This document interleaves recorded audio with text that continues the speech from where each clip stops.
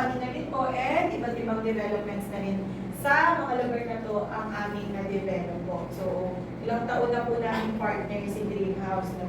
So, dito po nakatulong kayo sa condo project namin. So, ngayon po, kaya namin kayo iniimbitahan para tulungan nyo rin po kami sa aming project na house and land dito kay Paranaque. Yan. So, i-discuss natin yan mamaya. So, soon po magkakaroon din kami sa Kainta na condominium, pero wala pa po yung details. So, ito po yung nagwagwapuhan namin mga boss.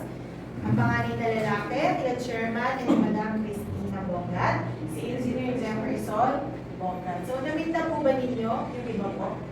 Si Sir? Hindi na natin tinatang, Sir. Lagi po kami si Engineer. Siyempre po, patuwang po niya ang kanyang kapatid na lalaki din po, si Engineer Jeffrey Bonga. Pero yung mga anak po na babae, nagtatrabaho din po sa kanilang company. Yan. So, yung brother-in-law po, siya rin po ang may handle yung project sila at least. Si Mr. Dennis D. So, si Mr. Brian Tan, nakikita niyo po ito sa Cavite. Si Mr. Jigger Cunanan, kilalang-kilala po natin siya since mostly siya po yung ating nami-meet po sa activities and events po, no? Siyempre, meron din po kaming HR, si Mr. Glenn Flores, para kami po ay i-training din at i-seminar. At higit sa lahat po, kung may reklamo po kayo, pwede po kayo dumirect kay Sir Glenn. Yan. So, kami na po ba kayo sa Coco Seller? Yes, yes. Oh, yes. Sino po ang Coco Seller ng Cavite? Siya may award sa buong broker siya. Baka gusto mo rin dito mag-award mo sa Coco Seller. Direkto ang Coco Seller. Sige po, if ever po na may IMT po kayo or kayo po mismo gusto nyo mag-focus kay Landris, inform nyo lang po si Ma'am Maylene para i-endorse na po kayo sa amin. Yan, sasabihin po ni Ma'am Maylene sa broker niya na si ganitong agent gusto po mag-focus seller kay Landris po. So, same benefits po ang meron yung focus seller ng Cavite at magiging focus seller dito. So, meron po tayong mga boosting, saturation, money, boot money, at yung boosting support po. Yan, pwede natin ibigay yan sa mga magpo-focus po kay Landris. So, ito po yung companies na meron kami. Hindi ko na po siya iisa-isahin dahil kilala nyo naman na po. Tama po? Yes. Ang developer po ni Landris Residences and Landris Premier ay si Landris Somerset Development Corporation. So, ito po yung aming developments na naibenta nyo na rin po. So, si Landris po, ito po ay combined name ni Chairman Orlando at ni Madam Cristina. Kaya po siya naging Landris. And ito pong project na to ay regalo po ng kanyang mga anak sa kanya. Oh, ano? Regalo lang. Ang regalo. So, Yes po. So, dedicated po ng project na to doon po sa aming chairman at kay Madam Cristina. Kaya regular naman yan yung kasama ko. Kaya guaranteed po yung project natin dito.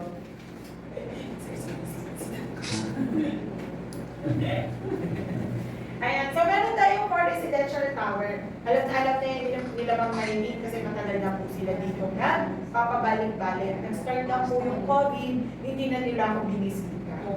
Di ba pa? So ilang taon na po yun, no? Baka naman. Yan po, may mga benta po kayo dito si Dream House. Yan. So, ang meron na lang po tayo inventory, 14 units po sa Emerald. So, nung 2022 po, ito na rin po si Emerald, no? Tapos, isang unit po kay Garnet. Noong 2018 po, na-turnover si Garnet. So, out of 583, 15 units na lang po yung condo. Lahat po yun, 2 bedroom. Nasa 4.9 ang pinakamababang presyo ng ating 52 square meter, 2 bedroom. At ito po, magpa-price increase po tayo. So, yung mga clients nyo po na naghahanap ng condo, dalhin nyo na po dito.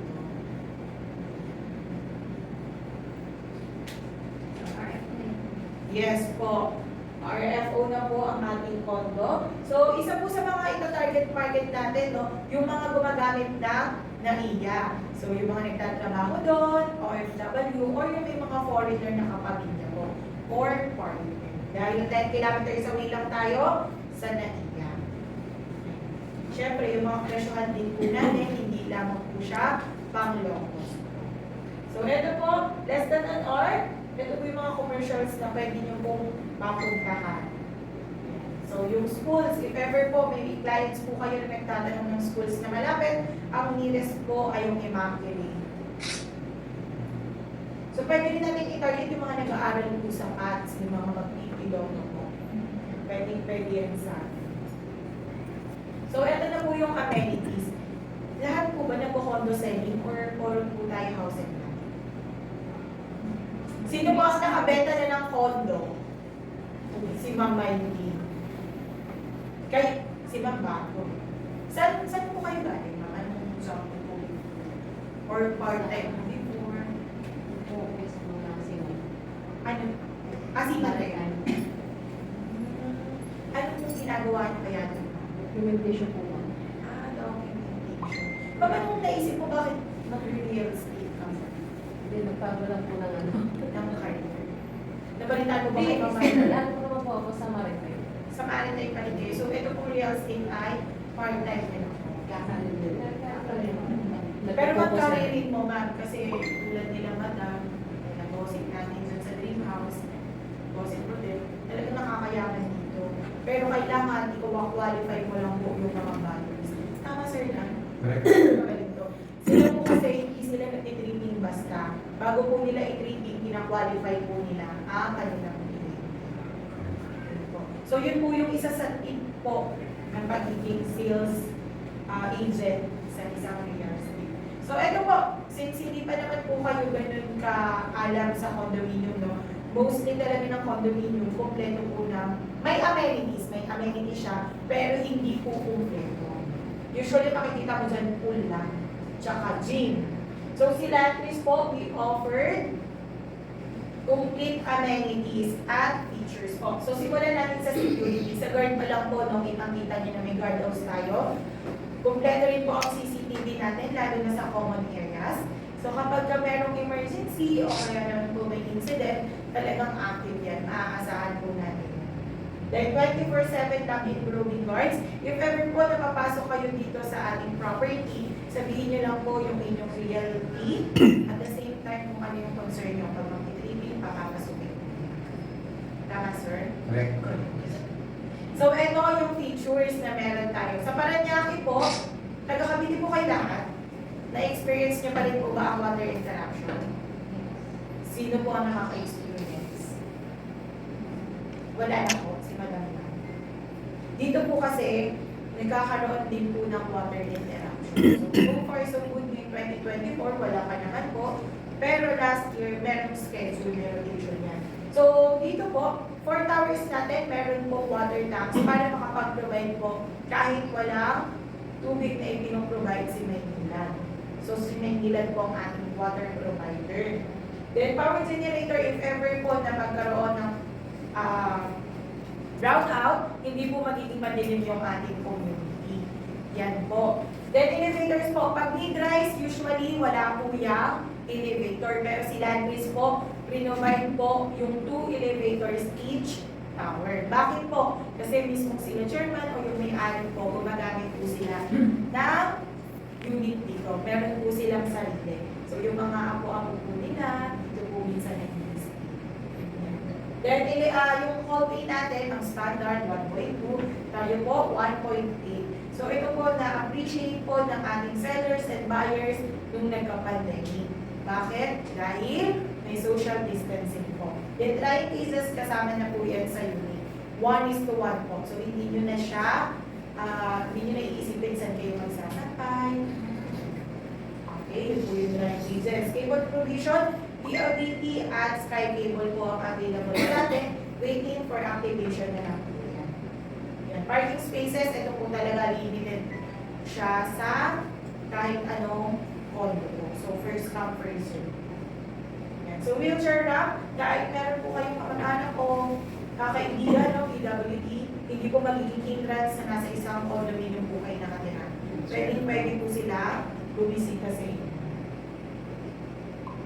Next po, ang ating SED. So, ito po, sumusunod tayo sa government order po, no? Meron tayong sewage treatment plant na nag-filter ng wastewater each unit bago i-release ang pinaka-waste unit. So, malinis na po natin ilalabas yung ating alat. Ano? Ito po ang amenities. Simulan na po natin sa Sky Garden. Located po yan sa roof deck. Each tower po yan. So, mani-enjoy po talaga ng ating mga kliyente yan. Hindi na po sila lalabas pa ng land. And syempre po yung ating 2 levels clubhouse. Nandiyan na po ang ating 25-meter lapoon, no? Resort type na po yung ating condo. Yan. So, mamaya po, pwede nyo po siyang picturean actual. Then, ito pong lounge area natin. May coffee counter yan sa side, pero hindi pa po operational ngayon. Free wifi po. So, if ever may clients kayo at gusto nyo ma-feel yung community, pwede nyo pong i-assist. Yan. Next, yung function hall po, pagka-unit owner, 15,000 po ang for rent. 4 hours po. Pag outside, 15,000 for 4 hours. Yan. Priority po natin sa lahat ng amenities ay yung unit owner natin. Pag lumagpas lang sa 1,000 per hour. Sa ngayon po, yun po ang rate. Yan. Paano kapag outsider tapos nag-inquire sa inyo kung pwede po gumamit? Sabihin nyo lang po sa akin na may indulso po kayo na pagagamitin natin, check natin yung schedule, pero yung presyo po nun, hindi kayo ng endorsement. So, ang endorsement fee dito, pumapalo po ng 5,000. So, 15 plus 5, 20. Yung 5,000 po, automatically seller na po yun. Ang re-receivean lang natin, 15. Pag tinanong po nila bakit 15 lang, yung 5,000 po, endorsement fee. Kasi hindi sila makakagamit if ever na hindi natin sila. Okay? So, yun po. Pwede nyo rin po siya pagkakas. Depende po sa inyo kung magkano po yung price. Pero yun po yung rate dito ng mga seller na nakatira. advertise mo. Oh. Yan. So, ito po, badminton court. Libre po ang unit owner. Kapag may guest po, 200 per hour. So, fitness gym, libre din po. Walang membership fee. So, enjoy na enjoy po ang ating mga unit owner dito. So, itong commercial area natin or building, operational na siya. Ang nandyan po ay water refilling station, laundry, spa, at convenience store. So, imagine po natin, pwede na po kayo dito sa loob na lang po. Kung medyo namamahalan po kayo sa ating convenience store, kasi alam naman natin yung presyo ng convenience store, mas mahal compared sa standard na grocery. Gusto niyo po pumunta sa Pure Gold, walking distance lang po, and po. So, basketball court, ito po may ongoing liga ang ating mga unit owners. So, ito po libre naman as long as unit owner ka. Pero kapag 5 to 9 p.m. po ang inyong gamit, may 1,000 per hour po dahil sa kanila. So, leisure hall, billiard, table tennis, and board games po. So, kompleto po yung ating amenities. Wala na po kayong makikita ganyan within Paranaque. So, yung tower options, hindi ko na po i-discuss since sold out na po yung ating dalawang building. Diretso na po tayo kay Emerald Tower. Si Emerald Tower na 6th floor. At 52 square meter po ang ino-offer natin. So, wala na po tayo na kung 5% lipat agad.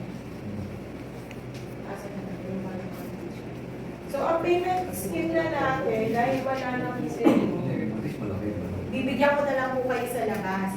Pero meron kami pinopropose kasi na 5% po payable in 6 months. Yan. Tapos, makaka-take over lang po si client kapag may letter of guarantee from the bank. Ayan. Para aabot kami pa rin po ang kanilang down payment. So, ito po yung unit deliverables po. o tinatawag namin sulit. Pag-complete.